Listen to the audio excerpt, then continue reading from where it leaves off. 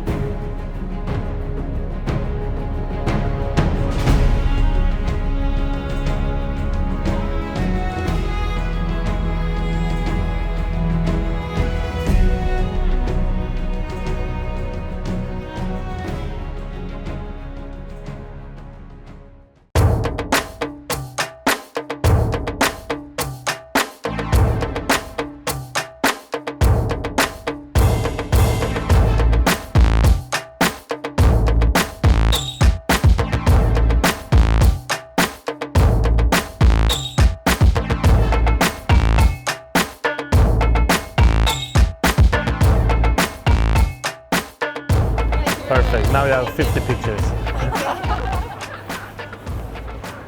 Vad gör man inte? Varmt välkomna till Milano och till en match som står högt upp på många fotbollssupportrars bucketlist. Det är Derby della Madonnina, det är Milan som hemmalag och för första gången på många år så är det en toppmatch även sportsligt. På läktarna så håller den här matchen alltid toppklass och det kanske kan förklaras med att man spelar på en av världens bästa fotbollsarenor.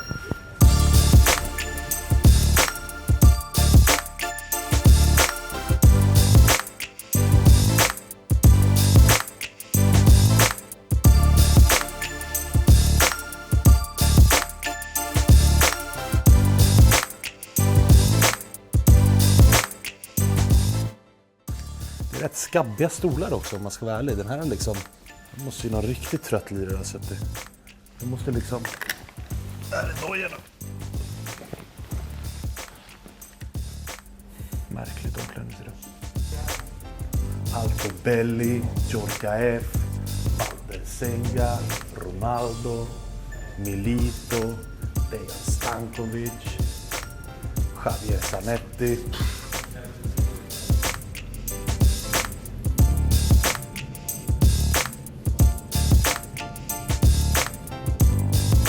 Inter vinner ju definitivt omklädningsrumskampen i alla fall. Klart mycket fräschare än Milan, så kändes det krystat.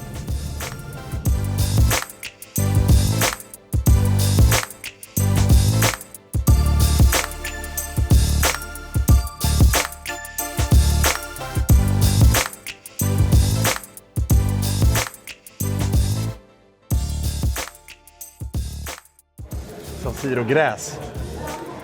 Original Seeds. Vilken perfekt fotbollsarena det där är och vilket derby det kommer bli. Det här derbyt är ju speciellt på väldigt många sätt och kanske framförallt tack vare koreografierna som Curva Nord och Curva Sud bjuder på. Uppladdningen kring det här derbyt har dock varit rätt speciell. Inter planerade en koreografi för att hylla den supporter som gick bort tidigare den här säsongen. Men troligtvis på grund av den supportens politiska åsikter så blev hela koreografin förbjuden utav myndigheterna till en början. Nu har man dock ändrat det beslutet vad det verkar och game on alltså för koreografin. Milans Ultras då, först snackades det om att man i sympati med Inter skulle ställa in sin koreografi. Men eftersom det verkar bli av så är det även grönt ljus från Curva Sud. Man har dock gjort en sak som är väldigt annorlunda och som kommer få många av er att höja på ögonbrynen. Tillsammans med ett av världens största sportklädmärken så har man bjudit in journalister till att vara med på tifo-förberedelserna. Jag vet inte riktigt vad jag tycker om det. So basically, they've organized this sort of meetup with the Ultras Clubhouse. We went and saw some past choreographies they've done, talking about the choreographies historically. And then had an interview today as they were setting up the choreographies with some legendary players and got to film them setting up the choreographies. Now, from a traditional sense of Ultras, what's going on here? It's a bit strange. I think the way we have to analyze this, though, is that the Italian Ultras movement has been forced to modernize itself, and it either modernizes itself and accepts the change that are happening or gets completely eliminated. You know, the more you've seen supporters groups try to act rebelliously, you find situations like Atalanta. where the police stops you in the middle of the street and beats you. In some necessity, there's been a work with the SLO. There's been an understanding that Milan's going towards a major club. And let's face the facts. Milan's going to be in a European Super League in 4 years. And the whole identity of Ultras culture and the whole idea of a card ticketing system and the choreographies you'll be able to make when you're in an ECA-run league, which doesn't even have the basic perfections of UEFA and FIFA, are going to be really tough to see. So it's kind of the natural order of things, I suppose, in the way football's going and the reality that you have at the stadium in the city, which is that the better days are behind us.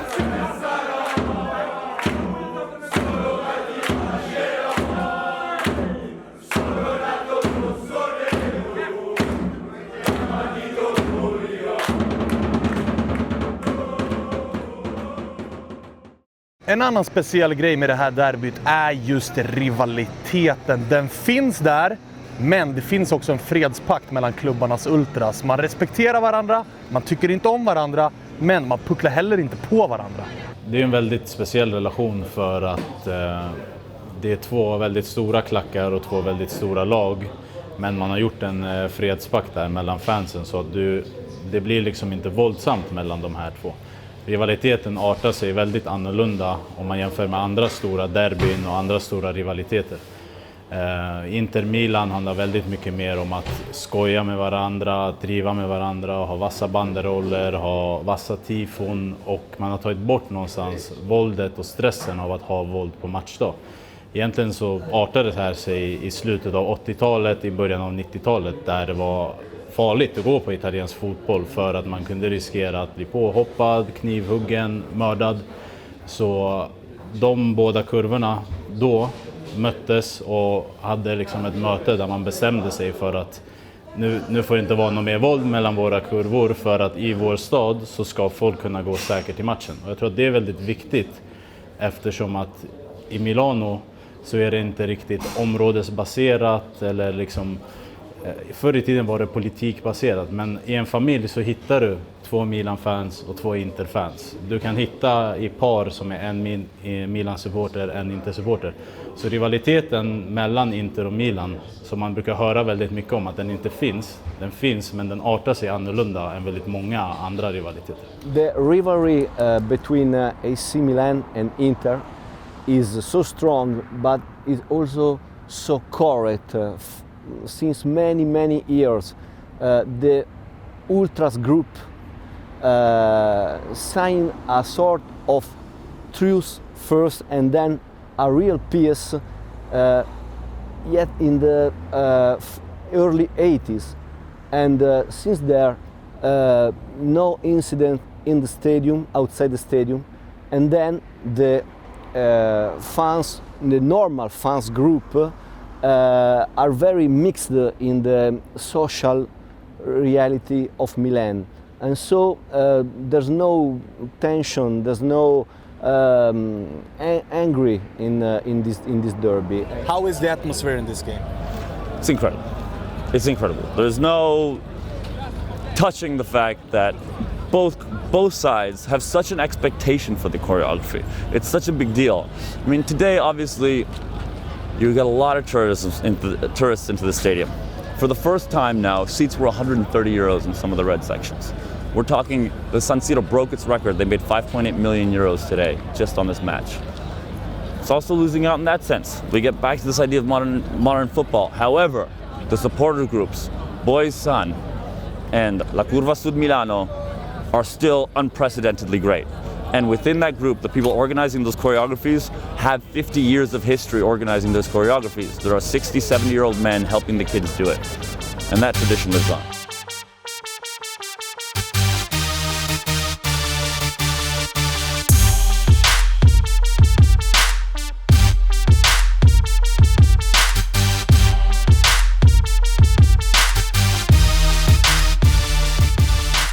Det är derby della Madonnina runt hörnet. Nu gör vi det här.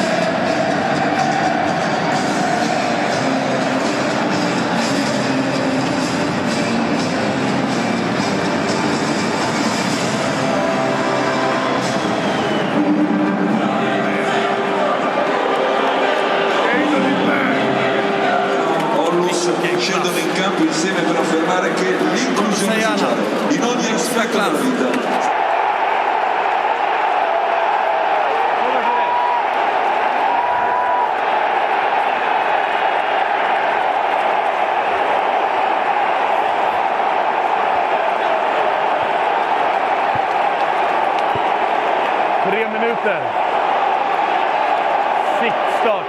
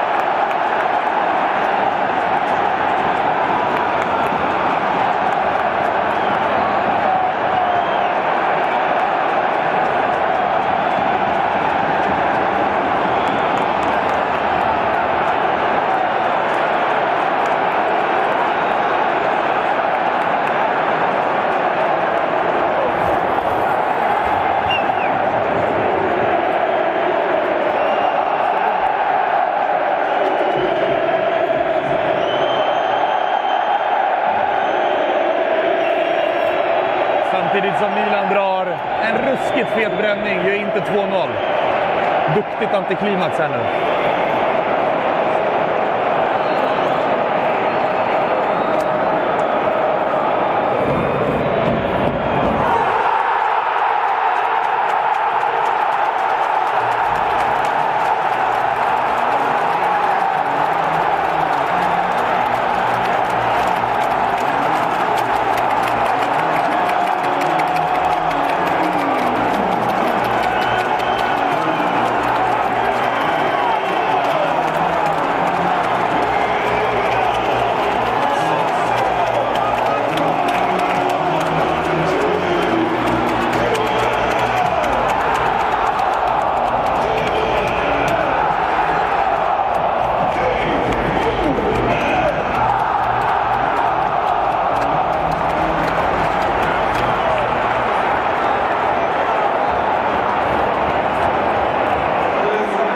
Och game on.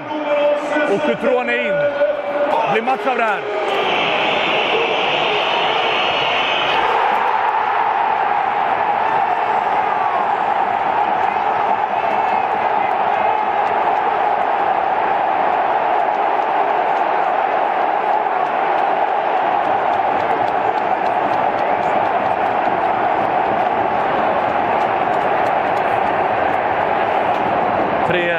Inter.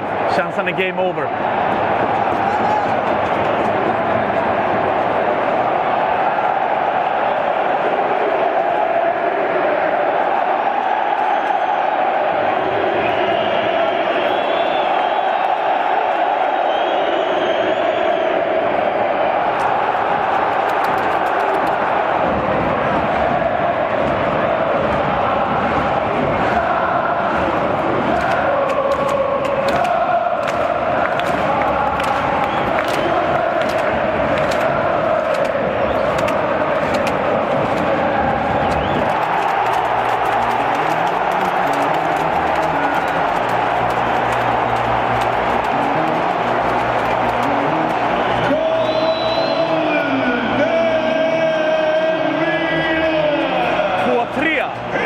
Känslan är att det inte är game over.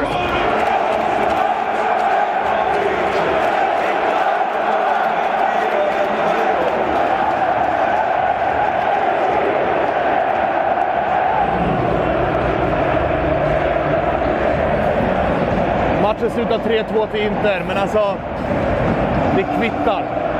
Heja på Inter, heja på Milan, heja på precis vad du vill. Det här derbyt i Milano, man måste se det på plats för att fatta hur mäktigt det är.